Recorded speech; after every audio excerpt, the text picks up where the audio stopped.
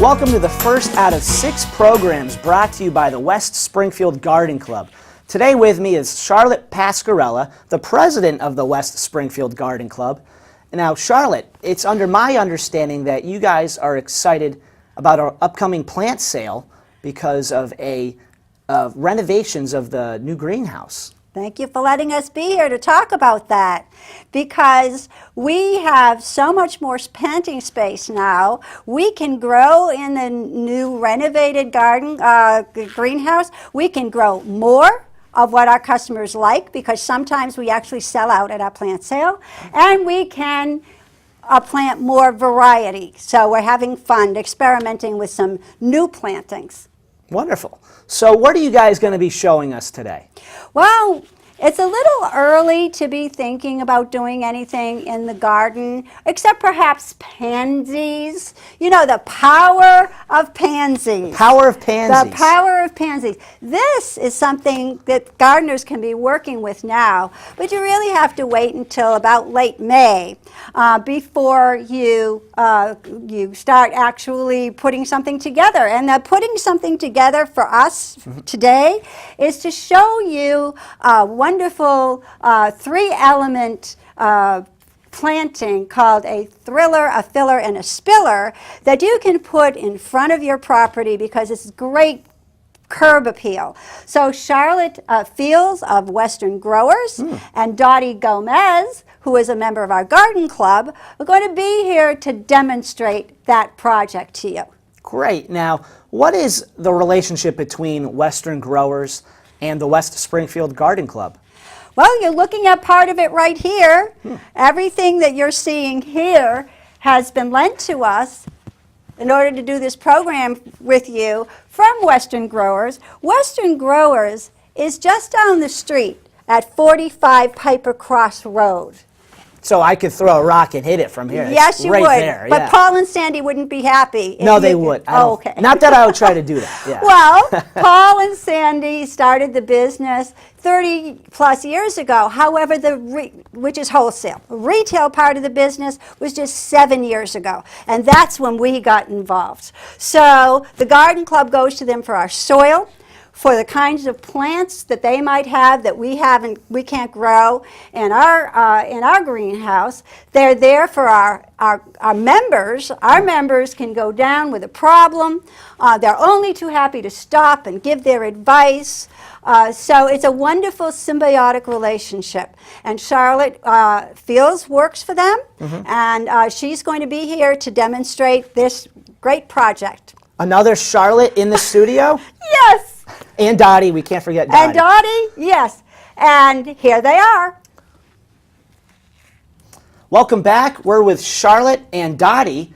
And guys, let's, no pun intended, dig right into this. So I guess my first question for you guys is, what are some things to consider when choosing plants and their containers? Well, thank you for having us here today. Pleasure. The most important thing to consider when you're picking out plants for a container is the location that you're putting your container in. If you're putting your container in a full sun area, you do not want to put a shade plant. You'll burn it up, you'll set yourself up to fail, and you'll be really disappointed in yourself. So it really depends on how much sun you have and what time of day you have sun. An afternoon sun would be more considered more of a full sun type of plant that a shade plant would not be able to sustain in the heat of the afternoon sun. And now, I'm glad you kind of brought that up, because I'll be honest, I didn't know that there were certain plants for sun only or the shade only. I assumed all plants I assume they all love the sun, but I guess that's not the case. And so are they labeled? It'll say for sun or for shade? Yes, if you go shopping at a garden center, every plant will have a tag in it, or it should, and it'll say whether it's a full shade, part sun, full sun type of plant.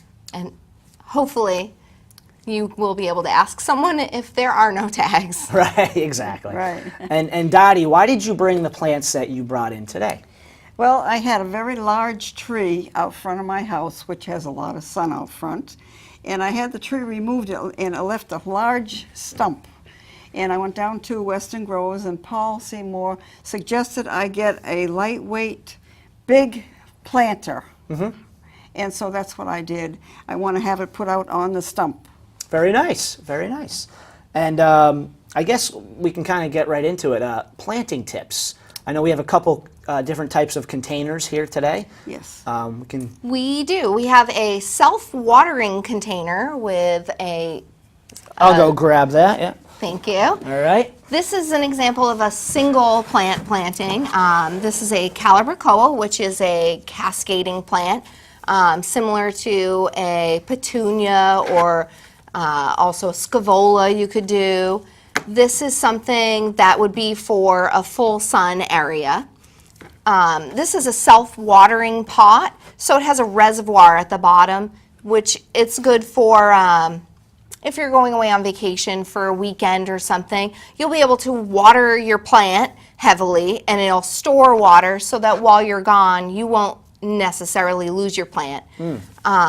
You just have to make sure with a self-watering plant that you don't get too confident in it so that you don't check it for water. Just because it's self-watering doesn't mean you don't need to water it every once in a while. Is that kind of a common error people do? Or? It is. A lot of times people think that you can just get a plant and plant it and wipe their hands of it. They're done. Oh, hooray, it'll be pretty forever. Not that easy. No, it isn't that easy.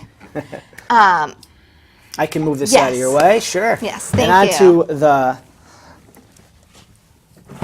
So, whiskey barrel. Dottie chose a resin whiskey barrel, which is relatively lightweight. The first thing you need to check when you're buying your barrel or before you're planting it is whether or not you have holes in the bottom. Yeah, we can flip that up and So- show the camera. Dottie's pot did not have holes in the bottom. She took a drill at home and drilled holes for drainage. Right. Wonderful, wonderful. Now, before we put soil into our pot, because this pot is so large and filled with heavy wet soil, it will be much too heavy to move it anywhere that you want to put it or bring it inside or whatnot. So we're going to use recycled plastic bottles Great. to take up space in the bottom of the pot so we don't have to use so much soil. All right. Conveniently stored, all right. We can just dump them in there. And how much bottles should you fill, or how much should you fill the container with bottles? I would recommend going about halfway. You want to make sure that you have enough soil in your pot, like enough space for soil so that your plants can be planted and thrive. Oh, the roots have room to grow. Right. Their roots do need room to grow. Right. And if you put too many bottles, then you'll have a pot full of air. Okay. Yeah. And like you said, the purpose is to make the container light when you're moving it around. To make it much more manageable. And I would have never thought that to do that.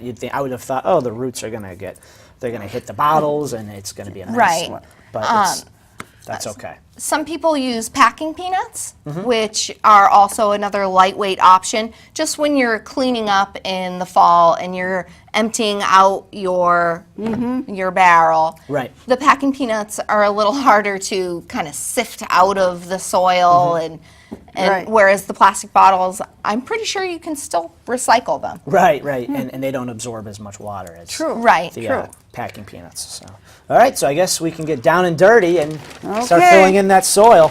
So, So Dottie, we can put this up here on the counter if you want. That's a little easier. I'm going to lift this up, Lift it up. Dottie. Okay. All right. There we go. Make some room. This is a potting soil that is a mixture of peat moss, soil, and perlite. Do you want this in first? Oh no, we're going to put the soil in first. All right. Okay. Right? We're filling. I'm going by you guys. Yeah. We're going to fill Whatever you our pot want. up with soil. All right. Nice. Mess. I wish I brought my shovel. Well, That's all right, though. Charlotte has one.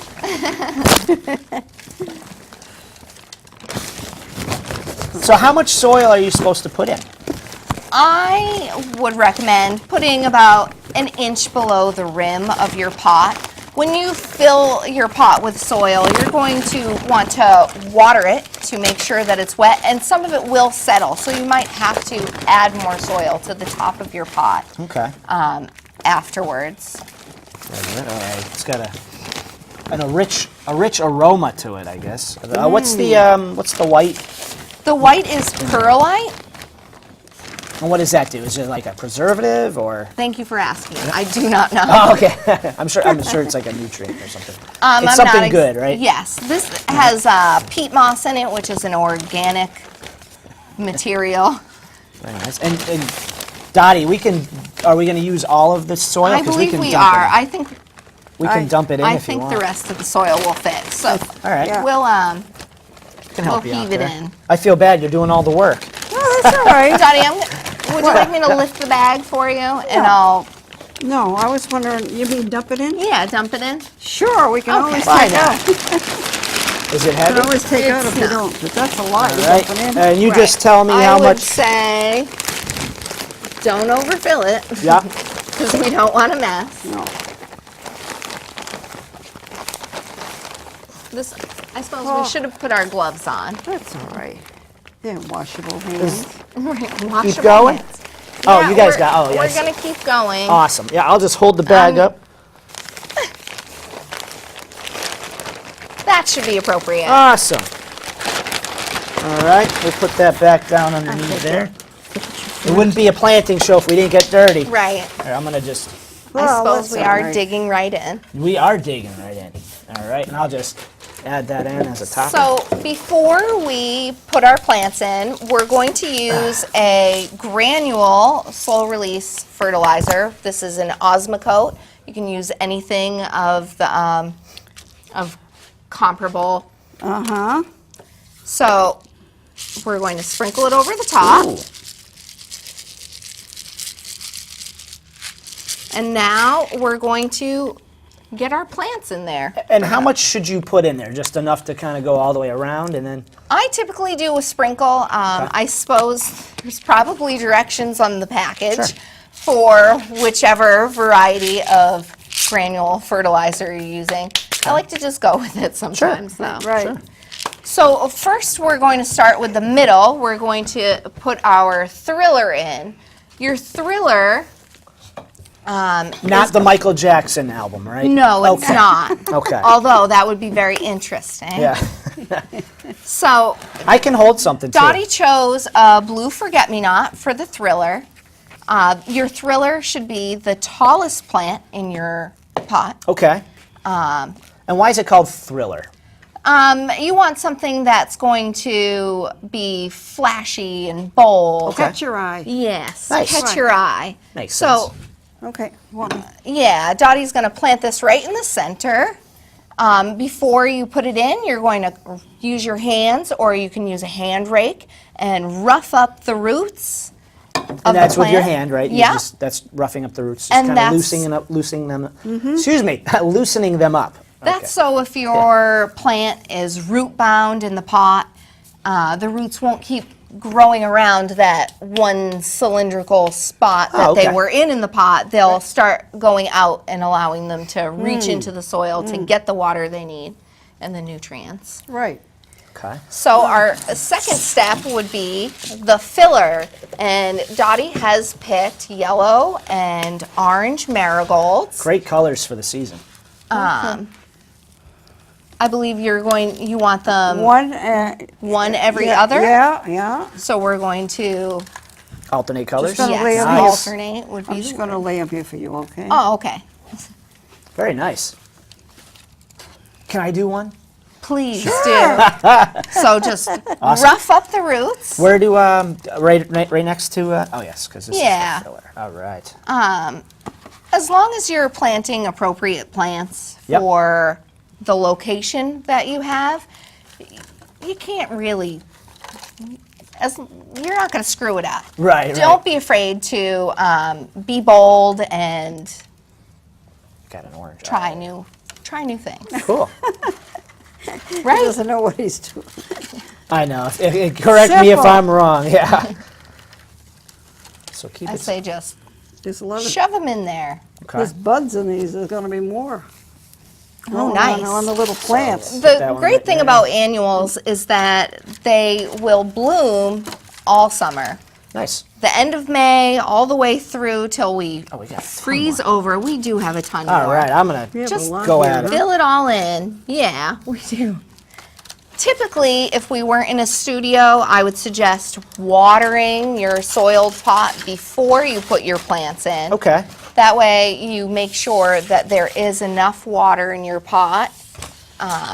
It's harder to water it completely if you plant directly into a dry soil. Oh, okay. Good to know. And I got. Yep, I can. Take that sign out. Yeah. Nice. Yeah. Running out of real estate over here. Really? Well, we don't want to put too much so No. that you won't be able to keep it watered. Now, I think that we should start looking into putting our spiller Spiller. into Ooh. the pot. Okay. And now, why is it called a spiller? The spiller does literally that. It spills out over the pot. You want something that will cascade, whether it's a vinca, like Dottie has That? chosen. Okay. This is a vinca vine, and Alright. it will flow over the side. Alright. You could choose Try to give a a nice- petunia, a cascading petunia, or a verbena. You want to roll And this make it kind around? of spill over, or just. Yeah, Alright. they will, as they grow, they will naturally flow out of your pot. Cool. Oh, And weird. once we get a few more in there, Yeah. can probably save a few for later. Yes, I agree. Well, we have 8 of these, so. And just for time's sake, Cool. so the next, once you've got them planted in, watering tips. How should you go about watering this? When you first water after planting, you really want to soak your whole pot. You want to get all of the soil that you've moved around to tuck in around the roots and the base of your plants. Okay. There is no set schedule for watering, which makes it a little harder. Your pot will dry out faster if it's hot out, if it's sunny out, if it's windy out, your pot will dry out faster.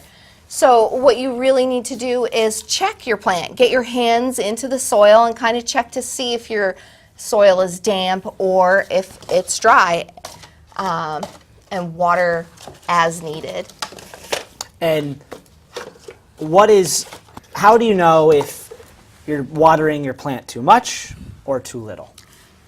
If your plants, if your pot is dry, your plants are going to start to flag, as we call it, which is start to kind of wilt and look all weepy.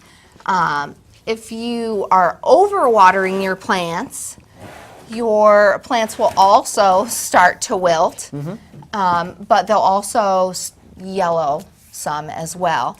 And it's harder to come back from an overwatering than it is to come back from an underwatering, because when you overwater, you're just suffocating your roots. They can't get any air and you're drowning them in excess Wanna put water. these 2 in? Sure. Just two Why more. not, right? 2 more? All right. Just these Yeah. 2. And then I guess our last part is fertilizing. I know we kind of talked about it briefly earlier. What are some fertilizing tips people can utilize? Well, a granular fertilizer or the slow release Osmocote is great for adding into your pot and sure, your soil. sure. But I recommend, even with the use of a granular fertilizer, I recommend the use of a liquid feed, whether it be a generic brand or a Miracle Grow. And that's something that you would use about once every 3rd watering to make sure that your plants are getting sufficient food to be able to grow. And I wish the camera, you can't, the aroma in this room right now is pretty great. It's pretty cool. You got a lot of different aromas from all the plants and stuff. It's really nice. Is there any other things that you guys would like to add about planting tips or whatnot? Well, I just think everybody should watch that they water enough and watch the plants don't look droopy, because if they start looking droopy, something's going on. They need water or something. You know, it's like the house plants you have. You Right. don't ignore them. Right. You don't, yeah. Right. And Charlotte? I would say don't be afraid to be bold and don't be afraid to try new things. You True. don't need to plant a spike in a geranium every single year. You can mix it up a little bit, try something new. Okay. And so I want to thank you guys for being on the program today. Very colorful, and I think, you know, as a future homeowner, I feel like I've learned a few things. That's wonderful. That's good. Is there any contact information people can reach you guys at? A website, anything like that? Phone number? The Garden Club does have a we website. have a website. Okay, and we'll flash that on the screen. That's right. That's Okay. right. And but Thank you for having us. It's been a great experience. our pleasure. Our pleasure. Very And, nice, Chris. Very and nice. Again, this is the Western Growers and the West Springfield Garden Club.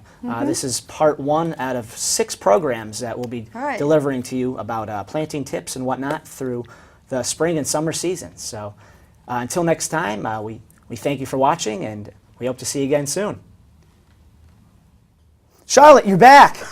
Yes, I am. Here I am. To finish up, go ahead, Chris. What would you like to know? I just want to thank you for being on the show, and you know, as a future homeowner, I really do feel like I've learned a lot, and I'm sure our audience can say the same about planting tips and how to properly care for your flowers. Thank you.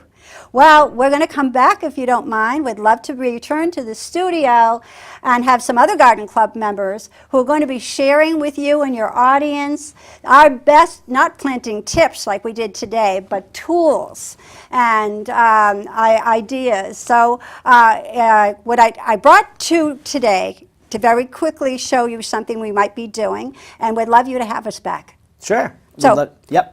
So let me go I grab love the- it. So behind you Yep. is a special gardening Oh, yes. There we go. shovel. It's called the Spearhead Spade, and it's great for those really difficult jobs like taking out a mature hosta. And then we have this nice little item here. It's called stand-up gardening. Incidentally, that shovel is about $49 Amazon. This one is from Lowe's. It's very popular these days to do stand-up gardening, and so this can be used inside and this can be used outside.